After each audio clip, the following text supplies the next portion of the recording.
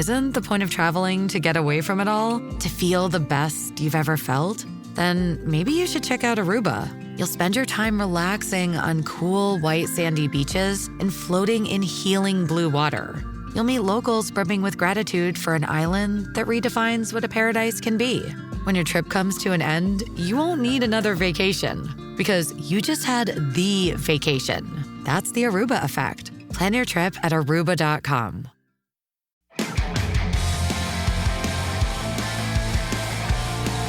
In the first week of November 2005, a vicious witches storm pummeled the lower Great Lakes region, packing wind gusts that were up and over 90 kilometers per hour. Hi, I'm Chris May, writer, producer, and host of This Day in Weather History, now in its second year from the Weather Network in Canada. On November 9th, a tricky line of storms moved through the province. The day proved to be one of the wackiest weather days ever for the province of Ontario. This day in weather history. November, the month that is high up on the list of least favorite months. I mean, it's at the top, right there with February. Neither month has a holiday, and there's only 2 of them in Canada anyway. These are the 2 that are plagued with this shortcoming. Plus, November is the month when the daylight savings ends and the clocks go back an hour and darkness takes over early. And this all happens for the coldest part of the calendar year in the Northern Hemisphere. Face it, November is brutal. November is also one of the windiest months on the Great Lakes. Boy, November really doesn't have anything going for it, does it? They call them the Gales of November. Really nothing attractive about that name. And they've accounted for nearly half of the shipwrecks in the waters.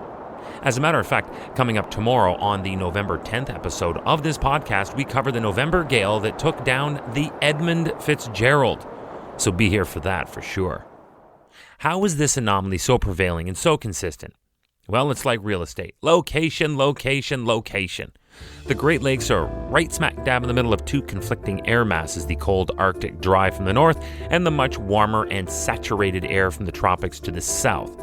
This seasonal collision often brings this region rapidly changing conditions and therefore explosive weather systems.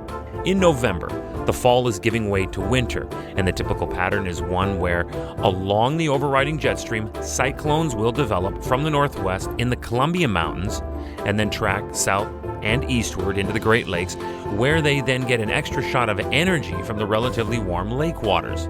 The resultant lows are often stronger than at any time of the year. These nasty storms are referred to colloquially as the Witches of November. The irony of here, of course, being that this only kicks in after Halloween. At any rate, let's get to the first week of November back in 2005 when one of these vicious witches pummeled the lower Great Lakes region, packing wind gusts over 90 kilometers per hour. It was in Ontario, where the extent of the damage was, for the most part, and it was minor and localized.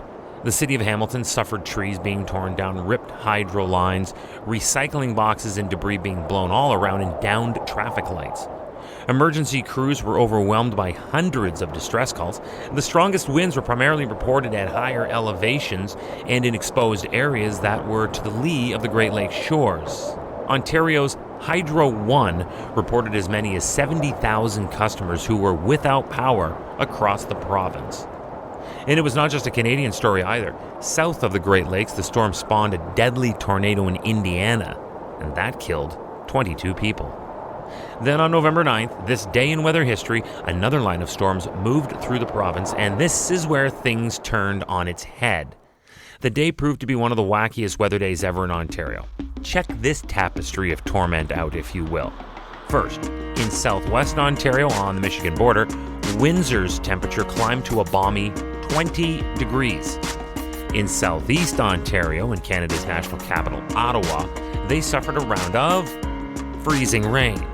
Off the shores of Georgian Bay in sort of central Ontario, I guess, the city of Barrie had snow. And just to pile on, Hamilton experienced a very rare, very late in the season tornado. Let's discuss the Hamilton Twister. The tornado touched ground about 4 p.m., so while the entire population was still out and about, very dangerous. It was classified as an F1 category tornado, packing winds up to 180 kilometers per hour, but it had enough raw strength to pick up and toss around dumpsters, cause walls to buckle, roofs to peel back, and cars to flip over. And that nightmare lasted 10 long minutes. It carved a narrow 7-kilometer path through the city, and in typical tornado fashion, it would cause extensive damage to some homes, but spare the next-door neighbors. At least a dozen homes were so badly damaged that residents could not move back in. Then what made all the news outlets' main lead story was the Hamilton school that was damaged. The twister lifted the gym's roof clear off of its foundation. Miraculously, only 2 children suffered minor injuries in this storm event. Now, since record-keeping began way back in the early 1900s, only 2 had ever touched down in Canada later than November 9th. Leamington, November 29th of 1919, and Exeter, December 12th of 1946. So this was only the third, and it happened in 2005, on this day in weather history. Tomorrow is November 10th, and for this we have a certified epic story, the sinking of the Edmund Fitzgerald.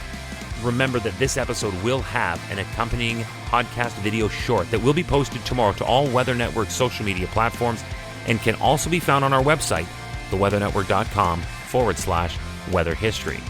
That's tomorrow, all right here on This Day in Weather History with me, your host, Chris May.